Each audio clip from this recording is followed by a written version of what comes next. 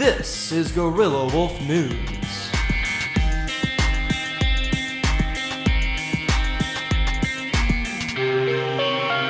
With your anchors, Thomas Williamson, Cole Gorney, Casey Fitzmaurice with sports, Parker Lehman, Sanjay Vetti, and Nick Oob. So it has come to our attention that with less water on Mars, it seems like Mars could not have any life on it. And with that, it may not be a suitable place for there to be more human settlers there upon Mars.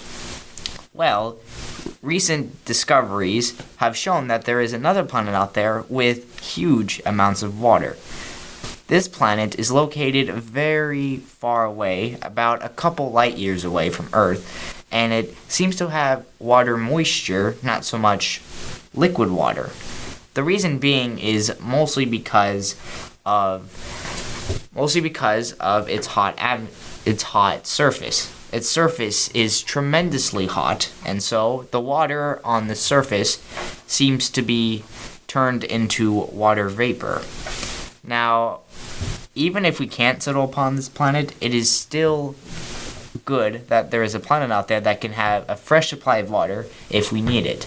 We don't have the technology right now to travel to that planet, but in the meantime, once something crazy happens and we run out of water on the planet, it is good to know that there is another planet out there that has a fresh supply of water for the human race. At the most recent Democratic convention, the Democrats decided that they wanted to show their support for the U.S. Armed Forces, mainly the U.S. Navy. So what they did is they decided to have a slideshow in the background displaying the U.S. Armed Forces, mainly the Navy, while they were doing this little presentation. However, the guy who put together the slideshow made one of the biggest screw-ups in U.S. history. Instead of U.S. ships in the background, they decided that they were going to show the Russian Navy. Seriously. I mean, really? Who decides that they're probably just going to look up Navy on the internet and put whatever photos come up and don't have anyone check it? I mean, come on, Democrats. You deserve to lose every election now. When John Thornton visited the Doubletree Hotel in Bristol, Connecticut on Monday night, he apparently did not like the mop job being done by a female employee. So he allegedly grabbed the mop from the woman and began, in the words of the police report, mopping aggressively. As a result, the Doubletree got a clean floor, and Thornton was charged with a breach of peace, according to the Connecticut Patch. Investigators say the 27-year-old employee was mopping the floor when Thornton somehow became unruly at the hotel and grabbed the mop from the woman. Thornton then began mopping, becoming more and more aggressive to the point of mopping over the employee's shoes multiple times. The employee repeatedly asked Thornton to stop mopping, but he backed her into a corner, the Hartford County reports. By the time police arrived, the victim was shaking and crying, according to the New Haven Register. Now, I am pretty sure now everyone has heard of the 3D printers. They've become available to the public and they have helped us in a lot of ways. Well, a team of scientists has decided to take that to the next level. They have created a 3D printer that is able to print out electric cars. Now, they don't print out the cars themselves, they merely print out the parts of the car, but they are easily assembled like puzzle pieces. They are not very big cars, they're small, but it is still revolutionary to see that they have taken this 3D printer to the next level. Now, they've only created one of these printers, and we will probably see in the next couple of years that this will be available to us because this is such an advancement in 3D printing. But from what it seems, 3D printers may go into the fact where now we can just print out human organs if we ever need to. Recently in the state of Pennsylvania, a man by the name of Paul Carmen has recently been convicted to 10 years in prison for robbing a bank. Now, how this man was caught, you may ask. He was engaged in a high-speed chase with multiple police officers, and in mid-chase, he stopped by a few construction workers to take a little smoke break. After a few puffs, he got back in the car, and the chase proceeded on for 45 more minutes. He has recently been convicted in 2008 for robbing the same bank. I guess you can say that this criminal got smoked.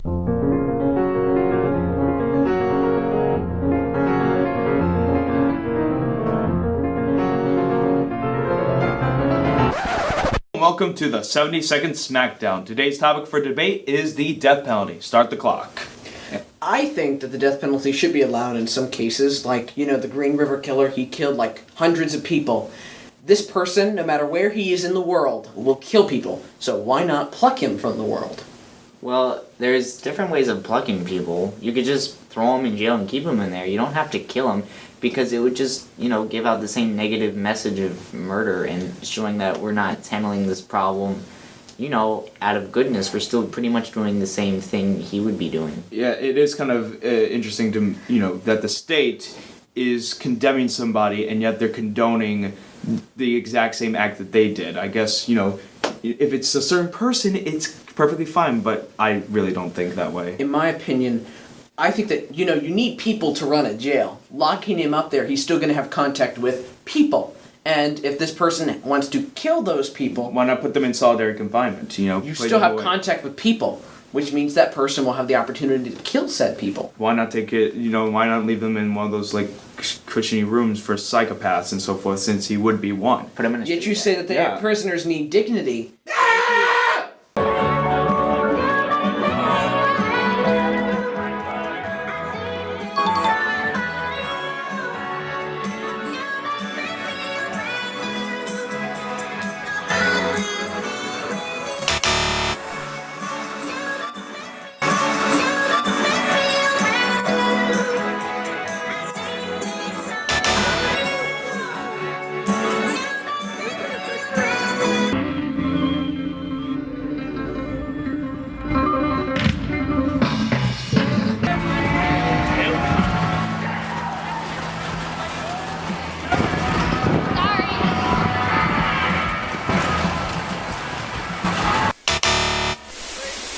So guys, what's your favorite music that's been played so far? Who's your favorite band?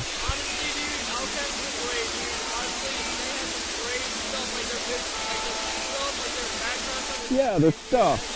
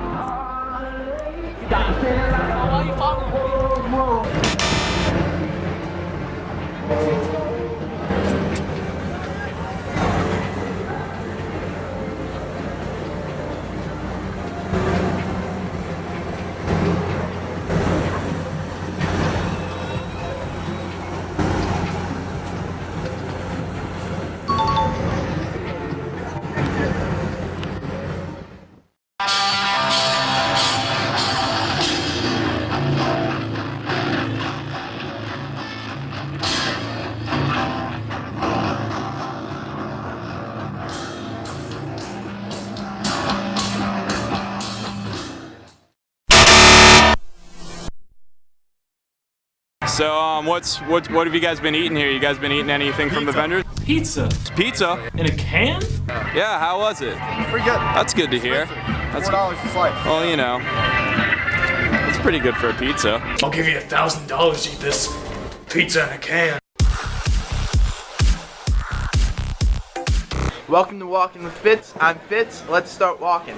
Adrian Peterson pled no contest this week to child abuse charges, getting 80 hours of community service and probation. This is great news for fantasy football owners who are more than excited to have one of the best running backs in the league back. Adrian Peterson is hands down one of the top 3 running backs when healthy in the NFL. His presence will revitalize a Minnesota Vikings offense that's been, hey, get out of the shot. That's been kind of lackluster lately. They haven't really been able to get much momentum. Part of this is because of the quarterback problem with having Matt Castle injured and Teddy Bridgewater hurt and Christian Ponder, that's enough said. So his presence, when he eventually gets reinstated, can revitalize that team. The question is, will he be reinstated anytime soon? You! Hey! Over there! Hey, come here! Come be on Walking with Fitz. Adrian Peterson, no contest, gets 80 hours of community service and probation. He may be reinstated soon. What impact will he have for the Minnesota Vikings? And do you think he'll be reinstated anytime soon? I like pie. Probably not. Why not? Because he does something wrong and all he gets is community service.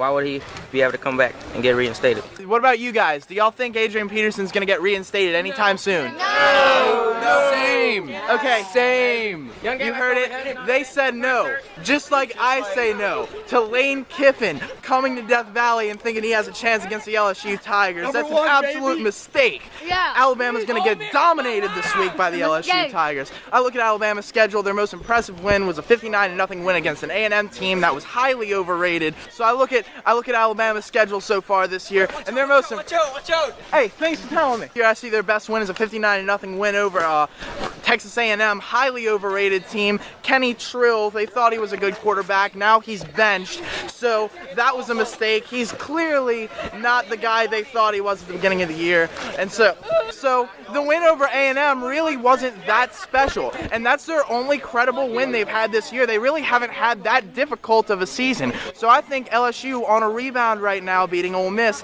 I think they certainly have a chance to beat the Alabama Crimson Tide. Hey, come over here. What's up, boy? You think LSU is going to beat Alabama this week? Nah, Alabama about to spank that. You think Alabama's going to win? Why do you think Alabama's going to win? Because LSU ain't got no defense.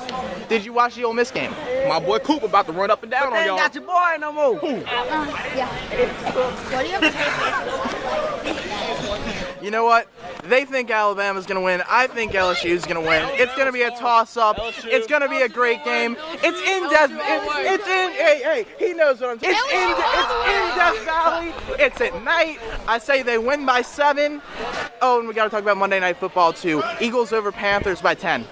It's Walking with Fitz. I'm Fitz. We'll see you next week. Hello and welcome to Guerilla Wolves Movie News. I'm Parker Lehman. Let's talk about Ouija. It stinks, are you surprised? It was only a little while ago when we had horror movies coming out at the same frequency, but they were a whole lot more scary. I mean, you had The Descent, The Grudge, The Ring. Some of those weren't actually good movies, but they scared you, which is an important part of a horror movie. So naturally, as a horror fan, seeing this train wreck of a film hurt me deep inside my soul. But then again, I shouldn't have expected much, considering it comes from the all-great and powerful producer of Paranormal Activity, Michael Boom Boom Bay. And I would shrug this off as just another bad horror movie, but this past weekend, it earned $10.7 million in its third week, tying for the #1 spot with Nightcrawler, a much better movie. Guys, do you realize that when you go to see a Michael Bay movie, you are willingly giving your money to a guy that has disappointed you relentlessly over and over and over again? Hallelujah. I guess I should talk about the actual movie. Most of it revolves around high school drama that we don't care an iota about. These characters just talking, blah, blah, blah, blah, blah. They only play with the Ouija board like 3 times, and when they do, something mildly, I guess, maybe creepy happens every time. It's really disappointing. I think the main problem with this movie is that it's not even creepy. It's not even unsettling. It's not even like going in the bathroom stall next to Harrison Prieto creepy.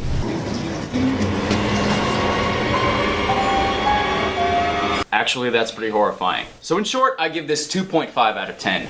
Do not see it. Just wait for the Babadook. Until next time, I'm still Parker Lehman.